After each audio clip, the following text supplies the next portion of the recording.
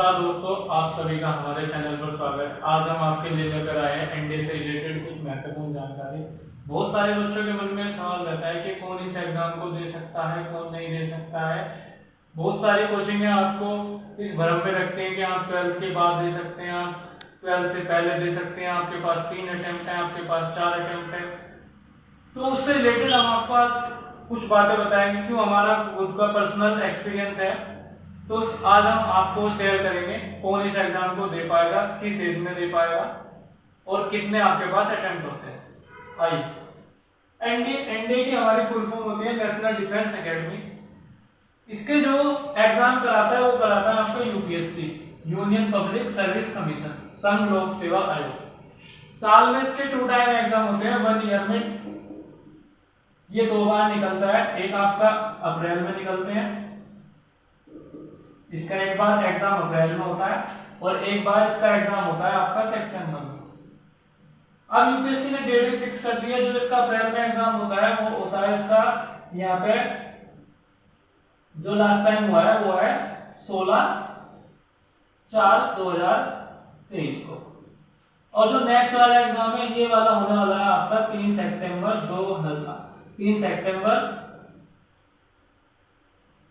आपका ये होगा 3 सितंबर 2023 को। तो इससे रिलेटेड हम आपको कुछ महत्वपूर्ण जानकारी देंगे। बहुत सारे बच्चे ये सोचते हैं कि हम 12th के बाद दें, 12th से पहले दें, कितने अटेम्प्ट देने हैं। तो आइए आपकी कुछ महत्वपूर्ण जानकारी शेयर करेंगे। जो मैंने फर्स्ट टाइम एग्जाम दिया था वो मैंने 10th पास करने के जस्ट बाद दिया था। उस टाइम मेरी एज 15.5 साल थी और उस टाइम यूपीएससी ने मेरा एडमिट कार्ड जारी किया था। कोई भी इशू नहीं हुआ था, मैं जाके आराम से एग्जाम दे के आया था। वो सब एग्जाम देने के बाद डिसाइड होता है आप किस क्लास में हैं, आपका पूरा सिलेक्शन होगा नहीं होगा। पर यूपीएससी आपको एग्जाम देने का मौका जरूर देती है। कभी भी आपका एडमिट कार्ड, आप 16 के हैं, 16.5 के हैं, आपका एडमिट कार्ड कैंसिल नहीं होता, एडमिट कार्ड आपका जारी होगा। ठीक है, तो आइए बताता हूं मैं आपको।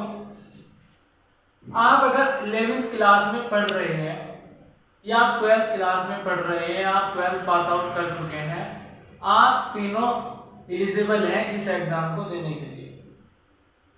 एक इसमें आपको बहुत सारी कोचिंग बताती है 16.5 से 19.5। बहुत सारे जिन लोगों को इसकी पूर्ण जानकारी नहीं है वो आपको इस मिथ्या में रखते हैं कि आपके पास 3 अटेम्प्ट है, 4 अटेम्प्ट है। तो यहाँ पे देखिए आपके पास जो क्राइटेरिया दिया है यूपीएससी ने वो 16.5 से 19.5 आपकी एज है, 16.5 से 19.5।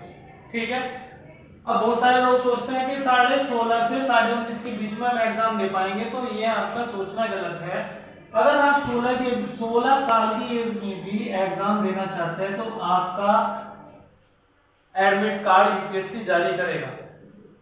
ये मेरा खुद का एक्सपीरियंस है, आप चाहे तो ट्राई भी कर सकते हैं। आपका 16 साल की एज में भी यूपीएससी एडमिट कार्ड जारी करता है। 19.5 की एज आप सोचते हैं 19.5 तक हम आराम से एग्जाम दे पाएंगे, तो ये भी आप गलत सोचते हैं। आप 19.5 की एज तक एग्जाम नहीं दे पाएंगे, आप केवल 18.5 की एज तक ही एग्जाम दे पाएंगे। 18.5। अब आप सोचते हैं ऐसा क्यों है? ऐसा इसलिए है क्योंकि यूपीएससी एनडीए का प्रोसेस पूरा करने में 1 साल का पूरा समय लेती है। यूपीएससी एनडीए का प्रोसेस, जो इसका सिलेक्शन प्रोसेस है उसे कंप्लीट करने में 1 साल का समय लेती है। इसलिए आप 18.5 की एज तक ही एग्जाम दे पाते हैं। एग्जाम देना स्टार्ट करना आप 16 से भी कर सकते हैं। ऐसा नहीं है कि आपको 16.5 दी गई तो आप 16.5 से स्टार्ट करें। और दूसरी बात, आप सोच रहे हैं मैं तो अभी 11th में हूं, अभी क्यों दूं? अगर आप ट्राई करना चाहते हैं कि मैं इस एग्जाम के लिए क्वालिफाई कर सकता हूं, नहीं कर सकता हूं, तो आप 11th क्लास में पढ़ते हुए भी ट्राई कर सकते हो। आपके पास 11th, आपने जैसे 10th क्वालिफाई करके आए, आप उसके बाद 11th में आने के बाद आप 11th फर्स्ट अटेम्प्ट दे सकते हो, सेकंड अटेम्प्ट। अगर आप जनरली लो तो आपके पास लगभग भी 11th क्लास में आप 2 अटेम्प्ट दे सकते हो, 12th क्लास में आप 2 अटेम्प्ट दे सकते हो, और 12th के बाद अगर आप 18 के होते हो तो उसके बाद भी आपके पास एक अटेम्प्ट रहता है। तो आप लगभग भी अगर आप 12th क्लास 18 की एज में करते हो तो आपके पास 5 अटेम्प्ट एलिजिबल है। 5 अटेम्प्ट। बहुत सारे लोगों ने आपको बेवकूफ बना रखा है, आपके पास 3 अटेम्प्ट है, आपके 2 अटेम्प्ट है। नहीं, आपके पास लगभग भी अगर आपकी एज 18 है 12th में तो आप 5 अटेम्प्ट के लिए एलिजिबल हो। इस चीज को आप अप्लाई करके देख सकते हो। अब आप लोग सोचते हो कि मैं पीसीएम से हूँ, मैं दे पाऊंगा, मैं बायो से हूँ, दे पाऊंगा, या मैं आर्ट साइड से हूँ, दे पाऊंगा या नहीं दे पाऊंगा। तो मैं आपको बता दूं, इस एग्जाम के लिए इसे पीसीएम साइड वाले भी दे सकते हैं, पीसीबी वाले भी दे सकते हैं और आर्ट वाले भी दे सकते हैं। इसमें तीनों सब्जेक्ट के लिए ऑप्शन एलिजिबल है। आप पीसीएम साइड वालों के लिए एक बेस्ट अपॉर्चुनिटीज होती है, क्योंकि जो इसमें आपके एग्जाम में आपका सिलेबस है वो सबसे मेन पीसीएम साइड वालों के लिए है, क्योंकि इसका जो सिलेबस है उसमें आपके सिलेबस में मैथ है, आपका टेक्निकल मैथ है जो आप पढ़ते हो 11th 12th में, पीसीएम साइड के स्टूडेंट पढ़ते हैं। आपकी इंग्लिश है, आपकी फिजिक्स है, केमिस्ट्री है, आपकी बायो है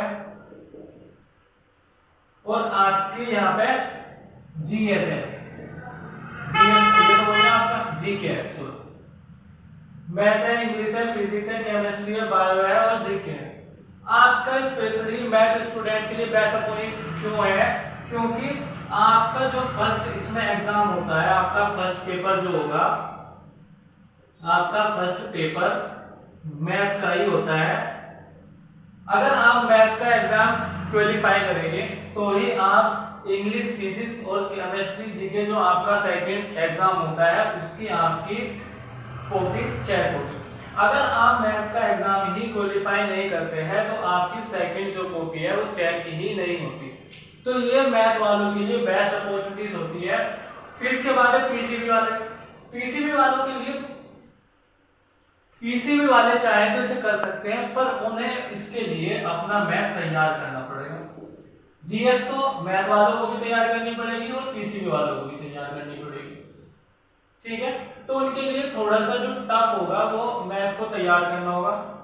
उसके बाद आर्ट है। आर्ट स्टूडेंट के लिए जो बेस्ट है, आर्ट स्टूडेंट के लिए बेस्ट है वो उनकी ज्यादातर जीके तैयार रहती है, क्योंकि उन्हें आर्ट के अंदर हिस्ट्री, इको, पॉलिटी वगैरह उन्हें पढ़ना पड़ता है, तो उनकी जीएस के लिए बेस्ट है। और उसके बाद उनके लिए थोड़ा टफ इसलिए हो जाएगा क्योंकि उन्हें अपना मैथ भी तैयार करना है, फिजिक्स, केमिस्ट्री और बायो भी तैयार करनी है। पर वो लोग भी इस एग्जाम के लिए एलिजिबल है। अगर कोई भारतीय सेना में सर्व करना चाहता है, अपनी सर्विस देना चाहता है, तो वो कर सकता है। थोड़ा सा आर्ट और बायो के लिए टफ है, ये मैं आपको बता चुका हूँ।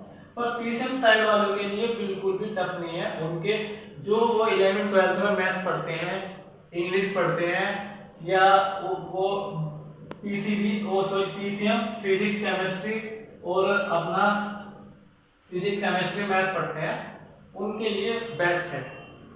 उन्हें मैं तो आपको सजेस्ट करूंगा, आपको अगर आप पीसीएम साइड से हो तो इस एग्जाम को आपको एक बार जरूर देना चाहिए, क्योंकि एक ऐसा एग्जाम है इसमें आप एक 12 पास आउट 18 ईयर का स्टूडेंट जिसे केवल ये एग्जाम क्वालिफाई करना है और वो इंडियन आर्मी में एज ए लेफ्टिनेंट सर्व करता है। वरना आपको अगर आप जैसे अग्निवीर भर्ती वगैरह चल रही है, अगर आप अग्निवीर से जाओगे तो आप लेफ्टिनेंट तक तो पहुंचना बहुत मुश्किल है, क्योंकि अगर आप वहां पे अब जैसे 4 साल के हो गए तो आप 4 साल में क्या करो, आप 4 साल में तो मुश्किल से आपको 2 प्रमोशन मिल जाए, 3 प्रमोशन मिल जाए। अगर आप वहाँ पे जैसे गवर्नमेंट ने परमानेंट करने के लिए बोला है 25% को, अगर आप परमानेंट भी होते हो तो भी आप लेफ्टिनेंट की पोस्ट तक पहुंचना बहुत मुश्किल है। तो ये एक ऐसा एग्जाम है कि जो आपको डायरेक्ट ऑफिसर बनाने का मौका देता है। इसके लिए तीनों सेनाएं होती हैं। यहाँ पे आपकी आर्मी भी आएगी, आप आर्मी में भी जा सकते हो, जो बच्चे आर्मी में सर्व करना चाहते हैं। इसके बाद इंडियन नेवी में भी जा सकते हो, आप नेवी में भी जा सकते हो और आप एयरफोर्स में भी जा सकते हो। बहुत सारे बच्चों का सपना होता है जैसे एयरफोर्स में हमें पायलट बनना है, तो यहाँ आपके पास बेस्ट अपॉर्चुनिटीज है, आप एयरफोर्स में एज ए पायलट सर्विस दे सकते हो। ये आपको पायलट बनने का मौका देती है, जिसमें आपको आपकी मात्र इस फॉर्म को भरने की फीस 100 रुपीज है, ठीक है। तो मैं तो आपको सजेस्ट करूंगा, अगर आप पीसीएम साइड से हो तो आपको ये एग्जाम जरूर देना चाहिए। किसी की बातों में, जैसे आपके पास 2 अटेम्प्ट है 3 अटेम्प्ट है, उस चक्कर में ना है। अगर आप 11th में आए हो तो भी आप एग्जाम को दे सकते हो। अभी आपके पास एग्जाम फॉर्म भरने की डेट ही बची हुई है, आप 12th में हो तो भी भरे, और 12th पास आउट करते हो तो आपके पास अभी भी एक अटेम्प्ट एलिजिबल है, आप जाके अपना फॉर्म फिल कराएं और इस एग्जाम को दें। आपकी जो फॉर्म भरने की लास्ट डेट है, आपकी लास्ट डेट इस टाइम है, जो फॉर्म की लास्ट डेट है, लास्ट डेट वो आपकी फॉर्म भरने की लास्ट डेट जो फिलहाल है वो है आपकी 6 जून 2023। आप इस डेट तक फॉर्म भर सकते हैं। और इसके लिए बहुत सारी लड़कियों को अभी तक पता नहीं है, लास्ट टाइम गवर्नमेंट ने आपके लिए भी इसमें ओपन कर दिया है, तो आप बॉयज और गर्ल्स दोनों भर सकते हैं। बॉयज एंड गर्ल्स दोनों एलिजिबल है इस एग्जाम के लिए। इस बार लास्ट टाइम बहुत सारी लड़कियों ने एग्जाम क्वालिफाई किया और भारतीय सेना को ज्वाइन किया है, तो आपके लिए मैं ये महत्वपूर्ण जानकारी लेकर आया था, ठीक है। अगर आपको वीडियो अच्छी लगी हो तो हमारी वीडियो को लाइक करें, सब्सक्राइब करें और शेयर करें। धन्यवाद।